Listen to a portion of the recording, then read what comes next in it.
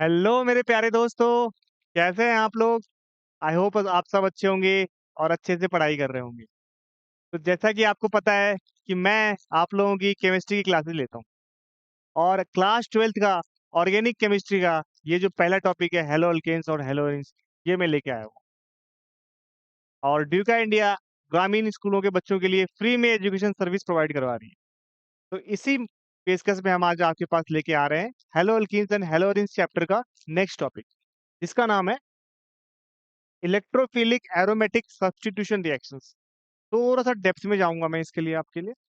ठीक है, थोड़ा सा अंदर घुस के पढ़ेंगे इसको। चलो ट्राई करते हैं। सबसे पहली चीज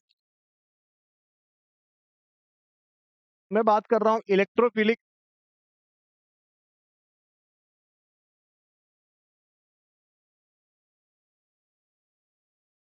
electrophilic aromatic electrophilic aromatic substitution reaction.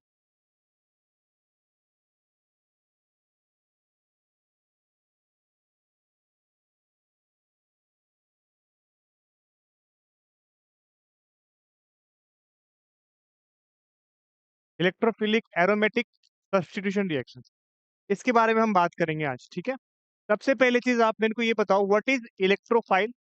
अपने को पता है व्हाट इज इलेक्ट्रोफाइल।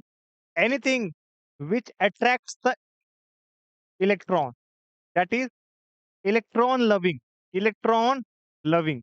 और इलेक्ट्रॉन पे कौन चार्ज होता है दोस्तों? निगेटिव चार्ज होता है। इसका मतलब इलेक्ट्रोफाइल क्या क्या होना पड़ेगा? पॉजिटिव चार्ज होना पड़ेगा और इलेक्ट्रॉन डेफिशिएंट होना पड़ेगा। ठीक है, दिस इज इलेक्ट्रोफाइल। यदि एरोमेटिक कंपाउंड की मैं बात करूं तो दिस इज एरोमेटिक कंपाउंड, है ना। ये मेरा क्या है, बेंजीन एक एरोमेटिक कंपाउंड है जिसमें 4n+2 पाई इलेक्ट्रॉन होते हैं। इतना डिटेल में नहीं जाना, बट आप समझो 4n+2 पाई इलेक्ट्रॉन है इसके अंदर, है ना।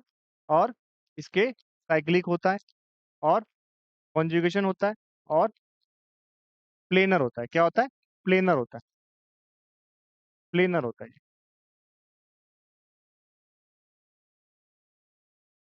समझ में आ गई? ये चार चीजें हैं। 4n+2 पाई इलेक्ट्रॉन होंगे, साइक्लिक होगा, कॉन्जुगेशन होगा और प्लेनर होगा। Electron loving positively charge particles होगा। ठीक है, तो यानी कि हम एरोमेटिक कंपाउंड पे क्या डाल रहे हैं? इलेक्ट्रोफाइल का सब्स्टिट्यूट करने वाले हैं। ठीक है, अभी ये रिएक्शन आपको थोड़ी समझनी पड़ेगी ताकि आपको ये दिमाग में आए कि आखिर ये रिएक्शन हो कैसे रही है, क्यों हो रही है और किस लिए हो रही है। इसके बारे में हम बात करते हैं। चलो स्टार्ट करते हैं दोस्तों। सबसे पहली चीज जो इंपॉर्टेंट है इस रिएक्शंस के लिए, आप इस बात को जानो कि मेरे पास कोई भी एरोमेटिक कंपाउंड है। सपोज करो, लेट सपोज कि मेरे पास एक एरोमेटिक कंपाउंड है। इस एरोमेटिक कंपाउंड का मैं रिएक्शन करने वाला हूँ। ठीक है, जैसे कि मान लीजिए ये मेरा एक एरोमेटिक कंपाउंड है ना, बेंजीन रिंग है। ठीक है, अब इस बेंजीन रिंग पे, ये मेरा एक बेंजीन रिंग है दोस्तों। इस बेंजीन रिंग पे सपोज कीजिए मैं आप एक रिएक्शन करने वाला हूँ।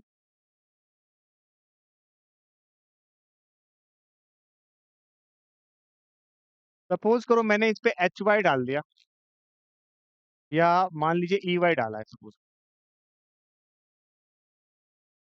EY डाला है, EY पे क्या है, E+ है और Y- है। ठीक है, एक बेंजीन रिंग है, उसमें मैंने EY डाला, E+Y-। अब देखो क्या होता है दोस्तों, यदि मेरा एक बेंजीन रिंग है तो यदि मैं ये बोलूं कि यदि ये बेंजीन रिंग यहाँ पर रेजोनेंस करे, ये वाला जो डबल बॉन्ड है, डबल बॉन्ड कहीं भी जाएगा ना तो नेगेटिव चार्ज आएगा, और नेगेटिव चार्ज कहीं भी जाएगा तो डबल बॉन्ड आएगा। मोस्ट ऑफ द केस के अंदर ये याद रखना। ठीक है, तो मैं क्या बोल रहा हूँ, मैं ये कह रहा हूँ आपसे कि यदि डबल बॉन्ड नेगेटिव चार्ज इंपार्ट कर रहा है इस कार्बन पे, ये डबल बॉन्ड टूटा है, तो मतलब कि ये इक्वेशन थोड़ी ऐसी बन जाएगी। अब यहाँ पे मेरे पास बेंजीन रिंग अटैच था, और बेंजीन रिंग के पास क्या है, यहाँ पर निगेटिव है और यहाँ पर पॉजिटिव है। क्या आपको ये समझ में आ रहा है? यहाँ पर क्या कर रहा है, ये रेजोनेंस करेगा। रेजोनेंस करने की वजह से एक साइड निगेटिव एक साइड पॉजिटिव आएगा आपको। ठीक है, अब देखो दूसरी चीज क्या होती है, यदि मैंने रेजोनेंस करा और रेजोनेंस करने पे मेरा पॉजिटिव और निगेटिव आ रहा है, इंपार्ट कर रहा है, तो हमारे पास जो रिएजेंट प्रेजेंट है वो EY प्रेजेंट है, that is E+ and Y-। तो ये क्या करेगा दोस्तों, ये ध्यान से देखो।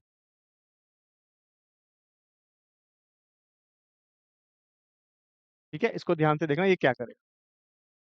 अब क्या हो रही है, ये ई वाई क्या करेगा, E Y E plus Y minus, मुझे इलेक्ट्रोफाइल का अटैक कराना है। तो इलेक्ट्रोफाइल का यदि अटैक करेगा, दैट मीन्स ये वाला जो निगेटिव चार्ज है ये किस पे जाएगा, इलेक्ट्रोफाइल पे जाना चाहेगा, है ना, ऐसा कुछ होगा। ठीक है, तो यदि ऐसा कुछ होता है तो क्या स्ट्रक्चर बन सकता है दोस्तों, ध्यान से देखना, क्या कुछ ऐसा स्ट्रक्चर बनेगा।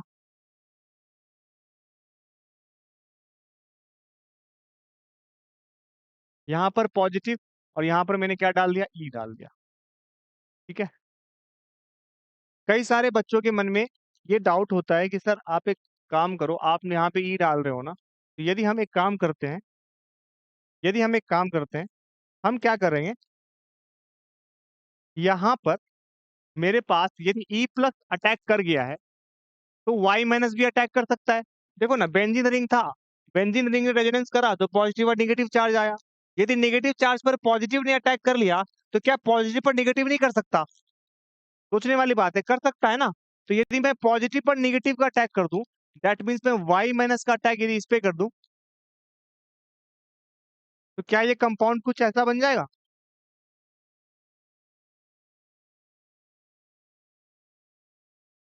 ये आपको दिख रहा है ना, ये कंपाउंड कुछ ऐसा बन गया। अब आप मेरे को एक चीज बताओ, क्या ये रेजोनेंस, इसके अंदर रेजोनेंस, क्या इसके अंदर एरोमेटिसिटी, क्या इसके अंदर एरोमेटिसिटी खत्म हो गई, बिकॉज ये 4n+2 पाई नहीं रह गया, ये नॉन एरोमेटिक हो गया, ये नॉन एरोमेटिक कंपाउंड हो गया। तो मतलब कंपाउंड इनिशियली एरोमेटिक था, जो कि स्टेबल था, जब रिएक्ट कर गया ना तो वो नॉन एरोमेटिक बन जाएगा। कभी पॉसिबल है ये, कभी पॉसिबल नहीं है, क्योंकि हर रिएक्शन जो होती है वो स्टेबिलिटी के लिए होती है। कोई भी चीज तभी रिएक्ट करेगा दूसरे के साथ जब वो स्टेबल हो जाए, जब तक वो स्टेबल नहीं होगा तब तक वो रिएक्ट नहीं करेगा।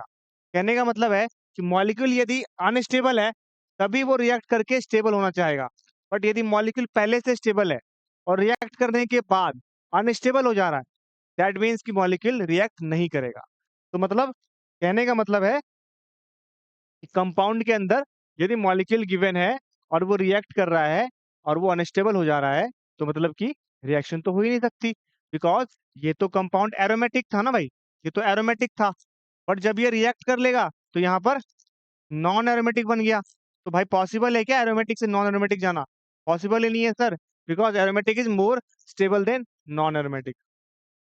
तो उस लहजे से क्या ये रिएक्शन हो सकती है, बिल्कुल नहीं हो सकती। तो ये पॉसिबल नहीं है, तो क्रॉस कर दिया मैंने यहाँ पे, ये रिएक्शन पॉसिबल नहीं है।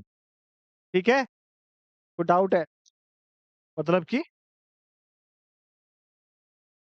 ये स्टेप बेकार है। तो अब हम क्या करेंगे, दूसरे स्टेप पे चलेंगे। अब हम क्या करेंगे, इसके अंदर मेरे पास यदि ये कंपाउंड है, यदि ये कंपाउंड है मेरे पास, यहाँ पर पॉजिटिव है और यहाँ पर ई है। अब मैंने क्या करा, ध्यान से देखना, अब इसमें मैं क्या कर रहा हूं, इस कंपाउंड में मेरे पास पहले से क्या प्रेजेंट है, ध्यान से देखो,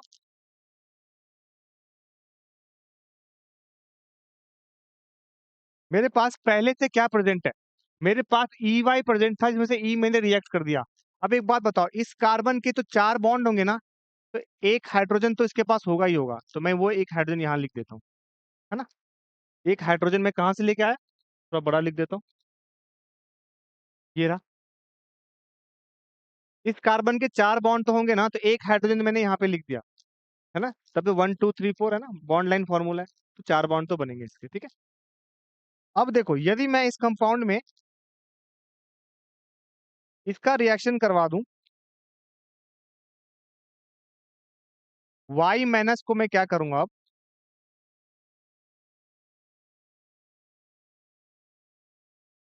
वाई माइनस क्या कर रहा है, एच प्लस को लेके बाहर हो जा रहा है। वाई माइनस क्या कर रहा है, एच प्लस को लेके बाहर हो जा रहा है, ध्यान से देखना, वाई माइनस क्या कर रहा है, एच प्लस को लेके बाहर हो जा रहा है। ये वाई माइनस एच प्लस लेके बाहर हो जाएगा, ताकि वो एच वाई बन के बाहर निकल जाए, ताकि वो एच वाई बन के बाहर निकल जाए। क्या बन के बाहर निकल जाए, एच वाई बन के। तो यहां से क्या होगा, एच वाई आपका बाहर हो जाएगा, तो कंपाउंड कुछ ऐसा बन जाएगा दोस्तों, कुछ ऐसा कंपाउंड बन जाएगा।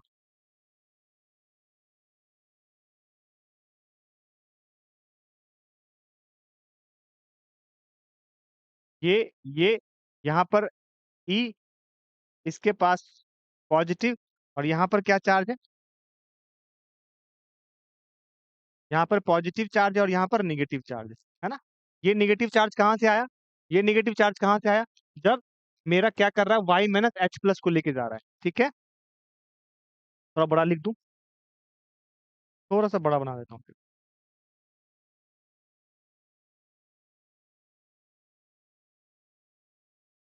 मैंने क्या करा,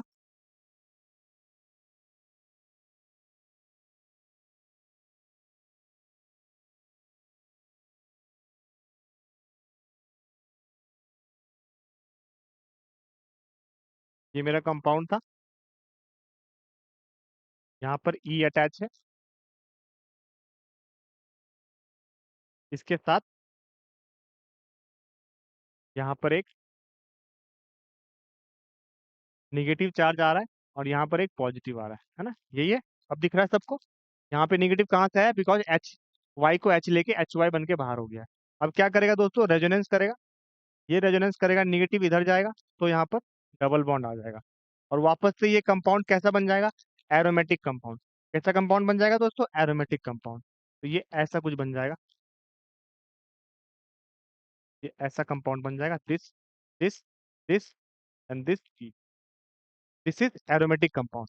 तो रिएक्शन बिल्कुल सिंपल थी, मुझे यहां से यहां आना था, यहां से यहां आना था, तो मैंने क्या करा, इसका आपको मैकेनिज्म समझाया है कि कैसे हुआ है, बिल्कुल इन डेप्थ लेवल पे, बिल्कुल इन डेप्थ लेवल पे, ताकि आपको समझ में आए कि सर ने यहाँ पर किया क्या था, ठीक है। मैंने यहाँ पर क्या करा, मेरे पास ई वाई था, मैंने ई प्लस का और वाई माइनस है मेरे पास, ई वाई इक्वल टू, ठीक है। तो मैंने बेंजीन रिंग में पहले रेजोनेंस कराई, इसके नेगेटिव से इसके पॉजिटिव का अटैक करवाया, अब यहाँ पर इलेक्ट्रोफाइल अटैच हो गया। मैं न्यूक्लियोफाइल को अटैच नहीं कर सकता, बिकॉज एरोमेटिसिटी लॉस्ट हो जाएगी, नॉन एरोमेटिक बन जाएगा ये। तो फिर मैंने क्या करा, इसके जो हाइड्रोजन एटम है ना, उसको मैंने वाई माइनस से रिएक्ट करके एच वाई बाहर निकाल दिया। अब क्या बचेगा, ये कंपाउंड बचेगा। अब ये रेजोनेंस करेगा, वापस से एरोमेटिक बन गया, तो यानी कि पहले भी एरोमेटिक था, बाद में भी एरोमेटिक कंपाउंड है, यानी स्टेबिलिटी क्या हो गई, समझ में आया आपको। तो स्टेबिलिटी कभी कम नहीं होनी चाहिए, रिएक्शन के बाद स्टेबिलिटी बढ़नी ही चाहिए, है ना, या फिर कम नहीं होगी, स्टेबिलिटी कम होगी रिएक्शन के बाद तो मॉलिक्यूल तो रिएक्ट ही नहीं करेगा ना। कोई भी मॉलिक्यूल तभी रिएक्ट करेगा if after reacting there stability increases, ठीक है। तो यहाँ पे स्टेबिलिटी इंक्रीज नहीं हो रही, दैट्स वाई वो रिएक्ट नहीं करेगा, ठीक है, बट यहाँ पर करेगा, इधर नहीं करेगा। क्या आपको ये रिएक्शन समझ में आ गई। इसका नाम है दोस्तों इलेक्ट्रोफिलिक एरोमेटिक सब्स्टिट्यूशन रिएक्शन, क्योंकि हम इलेक्ट्रोफाइल को एरोमेटिक कंपाउंड में डाल रहे हैं, इलेक्ट्रोफाइल को एरोमेटिक कंपाउंड में डाल रहे हैं, ठीक है। बहुत सिंपल सी रिएक्शन होती है, ठीक है दोस्तों। एक रिएक्शन मैं लिख देता हूँ आपको, ये सिंपल सी रिएक्शन जो मैकेनिज्म समझाई है, वो एक्चुअली कुछ नहीं, कुछ ऐसी रिएक्शन है, लेट सपोज कि मेरे पास एक बेंजीन रिंग है, और बेंजीन रिंग पे हमने ई वाई डाल दिया है। तो ये बेंजीन रिंग पे जब आप ई वाई डालोगे ना, तो बेंजीन रिंग पे आपका जो है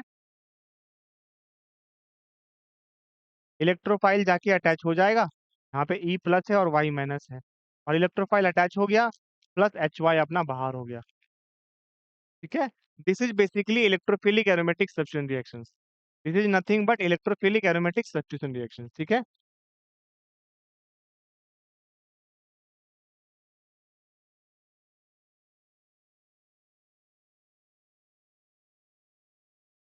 ठीक है दोस्तों, क्या आपको इलेक्ट्रोफिलिक एरोमेटिक सब्स्टिट्यूशन रिएक्शन समझ में आ गया, ये उसकी मैकेनिज्म होती है, ठीक है।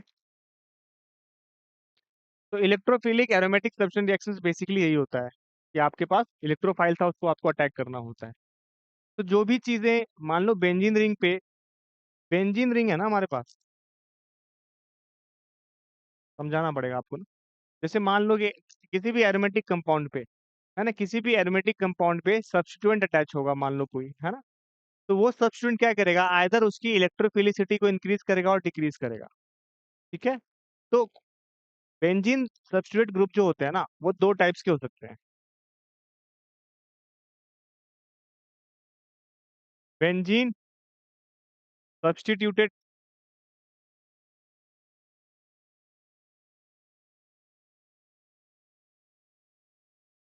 बेंजीन सब्स्टिट्यूटेड ग्रुप जो होंगे ना, वो दो टाइप के होंगे। या तो वो इलेक्ट्रॉन विड्रॉइंग होंगे, इलेक्ट्रॉन विड्रॉइंग ग्रुप,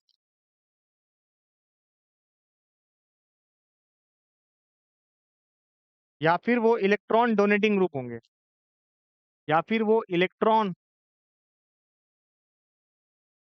डोनेट करेंगे, इलेक्ट्रॉन डोनेटिंग होंगे। अब समझो मैं क्या बोल रहा हूँ। मैं ये बोल रहा हूँ कि बेंजीन रिंग पे, यदि मेरा बेंजीन रिंग है ये, और इस बेंजीन रिंग पे कोई सब्स्टिट्यूएंट अटैच है, मान लो कोई भी सब्स्टिट्यूएंट, मान लो डब्लू मैंने अटैच करा है, तो ये डब्लू जो है ना, वो या तो इलेक्ट्रॉन को डोनेट करेगा या इलेक्ट्रॉन को विड्रॉ करेगा। ठीक है। तो मैं क्या बोल रहा हूँ कि मेरे पास कोई बेंजीन रिंग है, और इस बेंजीन रिंग पे मान लीजिए कि मैंने कोई भी सब्स्टिट्यूएंट डब्लू अटैच करा है, तो डब्लू क्या करेगा, या तो इलेक्ट्रॉन विड्रॉ करेगा या फिर इलेक्ट्रॉन डोनेट करेगा, या तो इलेक्ट्रॉन विड्रॉ करेगा या फिर इलेक्ट्रॉन डोनेट करेगा। ठीक है। इलेक्ट्रॉन विड्रॉ करे या फिर इलेक्ट्रॉन डोनेट करे। समझो मैं क्या बोल रहा हूँ। तो एक एग्जांपल देता हूँ आपको, देखो ध्यान से, कि मान लीजिए कि मेरा ये बेंजीन रिंग है, और इस बेंजीन रिंग पे एक सब्स्टिट्यूएंट अटैच है, इस बेंजीन रिंग पे एक सब्स्टिट्यूएंट अटैच है, इसका नाम है OH। ये मेरा बेंजीन रिंग था, इस पे एक सब्स्टिट्यूएंट अटैच था, इसका नाम था OH। ठीक है।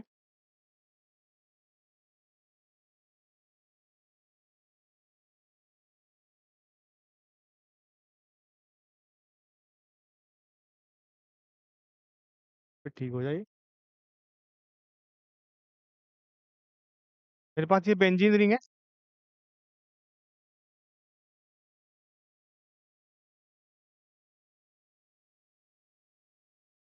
इस पे सब्स्टिट्यूएंट अटैच है OH।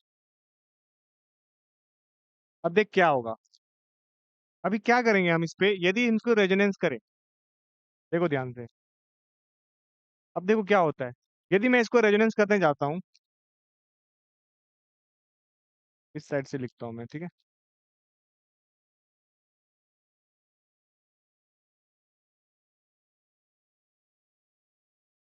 ऐसे लिखता हूँ,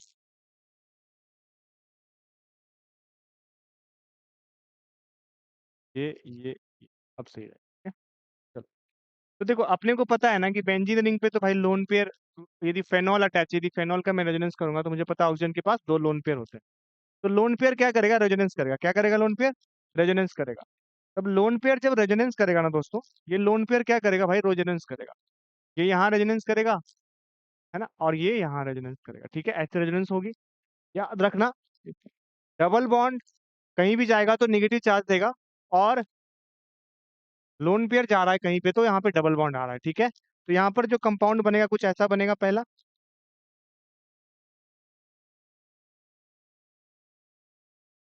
यहाँ पर अपना निगेटिव आ गया,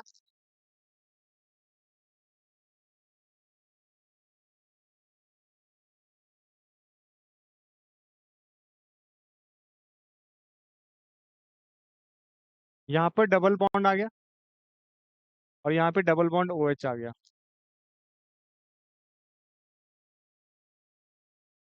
यहाँ पर पॉजिटिव चार्ज है। ठीक है, ऐसा कुछ।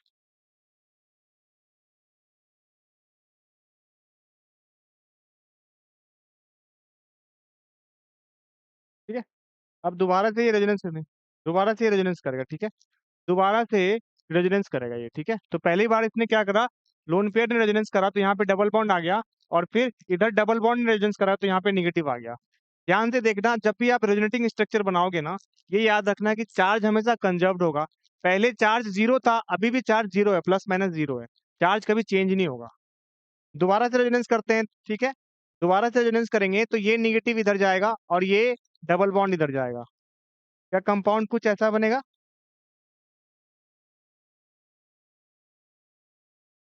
यहाँ पे डबल बॉन्ड, यहाँ पर निगेटिव, यहाँ पर डबल बॉन्ड, यहाँ पे डबल बॉन्ड OH पॉजिटिव।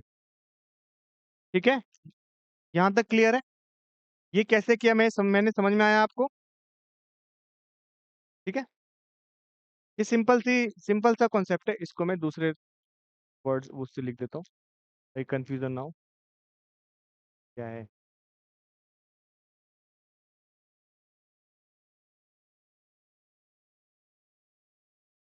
यहाँ पे डबल बॉन्ड, यहाँ पर डबल बॉन्ड, यहाँ पर OH। अभी क्या कर रहा हूँ मैं, चार्ज को दूसरे कलर से लिख रहा हूँ, ठीक है। यहाँ पर तो पॉजिटिव चार्ज है वो तो रहेगा ही, और यहाँ पर निगेटिव रहेगा। समझ में आया? अभी क्या किया मैंने, समझ में आया? मैंने क्या करा, इस नेगेटिव चार्ज को ले गया तो यहाँ पे डबल बॉन्ड आ गया, और इस डबल बॉन्ड को ले गया तो यहाँ पर नेगेटिव आ गया। सिंपल सा कॉन्सेप्ट है। डबल बॉन्ड कहीं भी जाएगा तो नेगेटिव चार्ज आएगा, और नेगेटिव चार्ज कहीं भी जाएगा तो डबल बॉन्ड आएगा। तो नेगेटिव चार्ज इधर गया तो इधर डबल बॉन्ड आ गया, डबल बॉन्ड इधर गया तो इधर नेगेटिव आ गया। आसान है। फिर घुमाते हैं इसको। नेगेटिव इधर जाएगा तो डबल बॉन्ड आएगा, और डबल बॉन्ड इधर जाएगा तो अगेन नेगेटिव आएगा। ठीक है, चलो घुमाते हैं।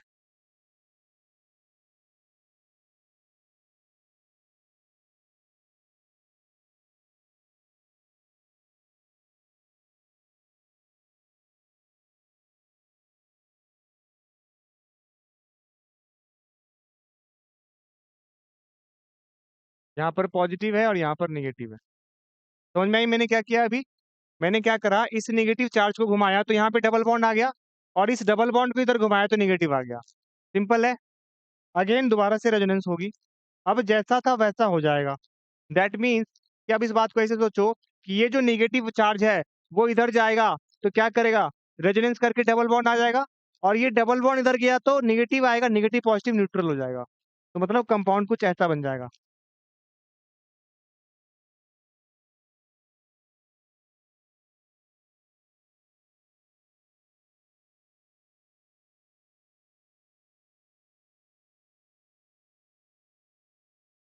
ठीक है, ये कंपाउंड बन गया। अब देखो जैसा था वैसा ही आ गया, केवल बॉन्डिंग की पोजीशन चेंज हो गई, तो ये इसकी रेजोनेटिंग स्ट्रक्चर होगी। ये बेंजीन की रेजोनेटिंग स्ट्रक्चर है। रेजोनेटिंग स्ट्रक्चर है। ठीक है। देखो डबल बॉन्ड इधर गया पहले पोजीशन पे तो निगेटिव, सॉरी लोन पे इधर गया तो डबल बॉन्ड आया, और डबल बॉन्ड गया तो निगेटिव आया। अगेन निगेटिव चार्ज गया तो डबल बॉन्ड आया, और डबल बॉन्ड गया तो निगेटिव आया। ठीक है। अगेन निगेटिव गया तो डबल बॉन्ड आया, और डबल बॉन्ड गया तो निगेटिव आया। घुमाते रहो घुमाते रहो, देन वापस से जैसा था वैसा ही हो गया। तो यदि मुझे इसकी रेजोनेंस हाइब्रिड बनानी हो, यदि मुझे इसकी रेजोनेंस हाइब्रिड बनानी हो तो मैं कैसे बनाऊंगा? इसकी रेजोनेंस हाइब्रिड कुछ ऐसी बनेगी दोस्तों, कुछ ऐसी बनेगी। यहाँ से मेरे पास बेंजीन रिंग है, और बेंजीन रिंग के साथ OH अटैच है। ठीक है। और इसके साथ क्या है हमारा, ये मैंने डॉटेड इसलिए बनाया है कि डबल बॉन्ड हर कार्बन पे है, और नेगेटिव चार्ज भी नजर आ रही है मेरे को हर जगह, तो मैं वो लिख दूंगा। यहाँ पे डेल नेगेटिव, यहाँ पे भी डेल नेगेटिव, यहाँ पे भी डेल नेगेटिव आ रहा है, यहाँ पे डेल पॉजिटिव आ जाएगा। ठीक है। और मैंने यहाँ पर भी आपका डॉटेड बना दिया। अब देखो, मैं ये बोल रहा हूँ आपको कि एक बात बताओ मेरे को कि नेगेटिव चार्ज कहाँ कहाँ आ रहा है, नेगेटिव चार्ज कहाँ कहाँ आ रहा है। नेगेटिव चार्ज इस पोजीशन पे आ रही है, यानी सेकंड पोजीशन पे आ रही है, और नेगेटिव चार्ज फोर्थ पोजीशन पे आ रही है। इन दोनों पोजीशन को हम ऑर्थो कहते हैं, और इसको पैरा कहते हैं। मतलब ऑर्थो, ऑर्थो एंड पैरा। अब आप मेरे को एक बात बताओ, यदि नेगेटिव चार्ज ऑर्थो पे और पैरा पे आ रही है तो electrophile, that is positive charge कहाँ अटैक करेगा? ऑर्थो एंड पैरा पे ही करेगा। पॉजिटिव चार्ज कहाँ अटैक करेगा? ऑर्थो एंड पैरा पे ही करेगा। समझ में आया? बिकॉज निगेटिव आ रहा है किस पे? ऑर्थो एंड पैरा पे। तो जो पॉजिटिव चार्ज है वो निगेटिव के पास अटैक करना चाहेगा। तो इसके लिए मैं इसमें एक लाइन लिखने वाला हूं कि जितने भी इलेक्ट्रोफाइल होते हैं ना, जितने भी इलेक्ट्रोफाइल हमारे पास, यदि इलेक्ट्रोफिलिक एरोमेटिक कंपाउंड की बात करूंगा, मैं रिएक्शन की बात करूंगा, तो कुछ ग्रुप ऐसे होते हैं जो ऑर्थो पैरा डायरेक्टिंग होते हैं। ठीक है। और वो ग्रुप कहलाते हैं इलेक्ट्रॉन डोनेटिंग ग्रुप। तो यहाँ पर समझ में आया आपको, ये क्या है अपना इलेक्ट्रॉन डोनेटिंग ग्रुप होगा हमारा। जैसे कि मैंने OH ले लिया, ठीक है, ये इलेक्ट्रॉन डोनेटिंग ग्रुप है। OCH3 ले लो, ये सारे क्या है, इलेक्ट्रॉन डोनेटिंग ग्रुप है। ठीक है। ये क्या होते हैं, ऑर्थो पैरा डायरेक्टिंग होते हैं। क्या होते हैं? Ortho, ortho para, ortho para directing होते हैं। ऑर्थो पैरा डायरेक्टिंग किसके लिए?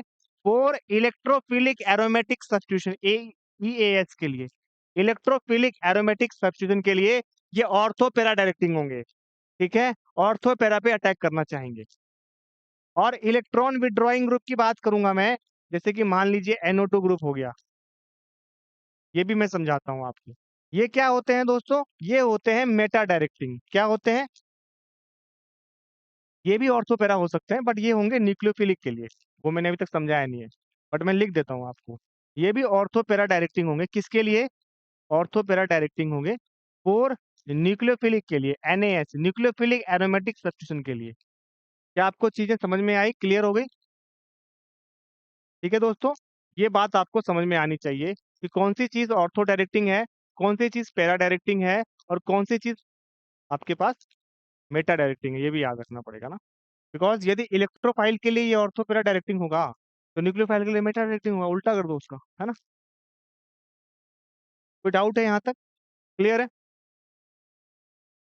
ये बात आपको समझ में आनी चाहिए कि इलेक्ट्रॉन डोनेटिंग ग्रुप होते हैं, इलेक्ट्रॉन विड्रॉइंग ग्रुप होते हैं। यदि इलेक्ट्रॉन डोनेटिंग ग्रुप हो तो यहाँ पे डब्ल्यू की वैल्यू मैं लिख रहा हूँ, ये सारी चीजें, और यहाँ पर भी डब्ल्यू की वैल्यू है।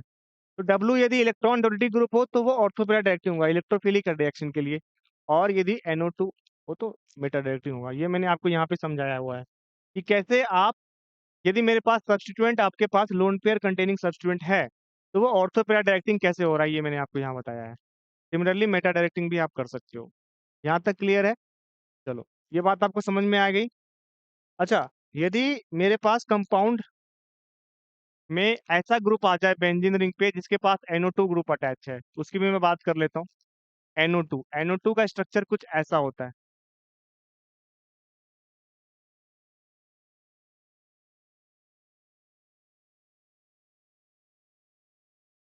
ठीक है। इधर मैंने निगेटिव, इधर मैंने पॉजिटिव डाल दिया, दिस इज NO2। ये NO2 का स्ट्रक्चर है, ठीक है।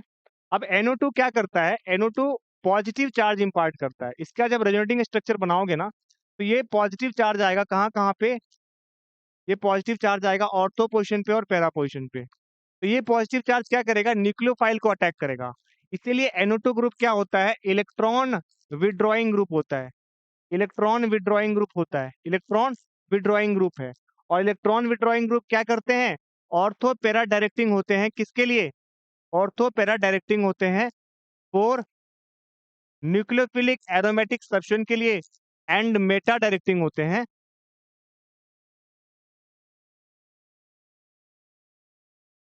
और इलेक्ट्रोफिलिक एरोमेटिक सब्स्टिट्यूशन के लिए। आप इस बात को ऐसे सोचो कि यदि positive charge ortho and para position पे आ रहा है तो इलेक्ट्रोफाइल तो यहाँ पे जा नहीं सकता, तब इलेक्ट्रोफाइल कहाँ जाएगा, केवल और केवल मेटा पे जाएगा। समझ में आया?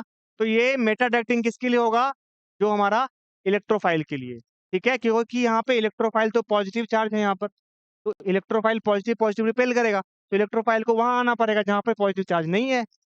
कोई डाउट है यहाँ तक? यहाँ तक क्लियर है?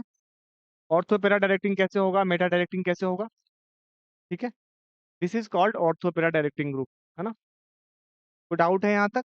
तो सिमिलरली यहाँ पर भी निगेटिव चार्ज कहाँ पे आ रहा है दोस्तों, ऑर्थो पोजिशन पे और पैरा पोजिशन पे आ रहा है। यदि negative charge ortho and para position पे आ रहा है, दैट मीन्स कि जो न्यूक्लियोफाइल है वो तो ऑर्थो पैरा पे जा ही नहीं सकता। अब न्यूक्लियोफाइल कहाँ जाएगा, मेटा पे जाएगा। तो आप क्या लिख सकते हो यहाँ पर, ortho para directing for ES and Meta directing for nucleophile, ठीक है। तो वो भी आप चाहो तो इसमें ऐड ऑन कर सकते हो।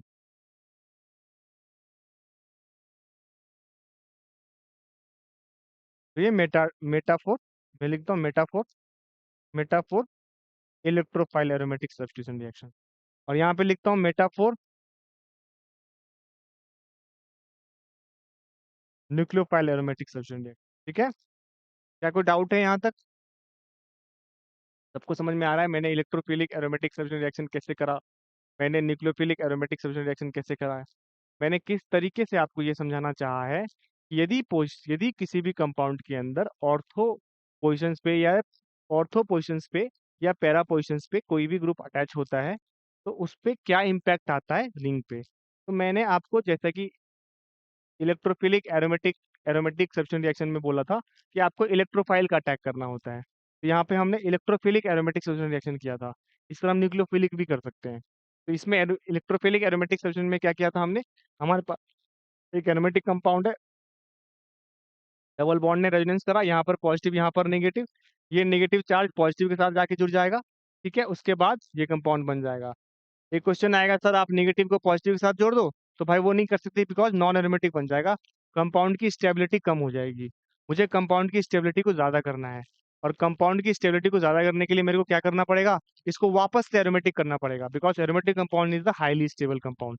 पहले क्या था, एरोमेटिक कंपाउंड था, है ना। एरोमेटिक कंपाउंड था ना, एरोमेटिक कंपाउंड तो पता है अपने को, इसके पास कितने इलेक्ट्रॉन है, 4n + 2 पाई इलेक्ट्रॉन है, 6 पाई इलेक्ट्रॉन है ना, इसको क्या लिख सकते हो, 4n+2 पाई इलेक्ट्रॉन लिख सकते हो। हक्कल्स रूल होता था ये। 4n+2 पाई इलेक्ट्रॉन है इसके पास, एरोमेटिक कंपाउंड है ये, है ना, ये कंपाउंड भी एरोमेटिक है। इसके पास भी क्या है, 4n+2 पाई इलेक्ट्रॉन है।